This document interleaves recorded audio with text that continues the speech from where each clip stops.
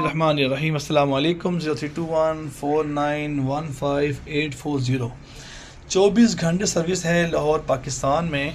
अल हाफिज़ अल हिजामा सेंटर कबल इस वक्त आपकी टॉक्सिन क्लॉट बॉडी पैदा होते हैं जो सेहतमंद है, महीने में एक बार करवाएं। आप मुझे इस वीडियो के नीचे कमेंट्स कीजिएगा, ये टॉक्सिन का जो कलर देख रहे हैं और ये कलर देख रहे हैं रेड वाला, आप बताइएगा ये फ्रेश कलर होता है हमारी बॉडी में या इस कलर का होता है। मैं बार बार वीडियो दिखाता हूँ आपको, आप देखते हो मुझे बताइएगा। अगर मसला ही क्लॉट्स का है, टॉक्सिन का है, तो अल हिजामा करवाएं।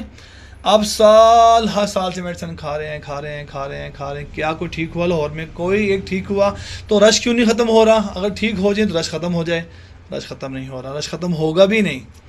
ये लाइफ टाइम और बढ़ेगा। सुन्नत पर आ जाएं, सबको दरख्वास्त कर रहे हैं, लेडीज़ के लिए, जेंट्स के लिए, बच्चों के लिए, बड़ों के लिए, जवानों के लिए 24 घंटे सर्विस होती है लाहौर में।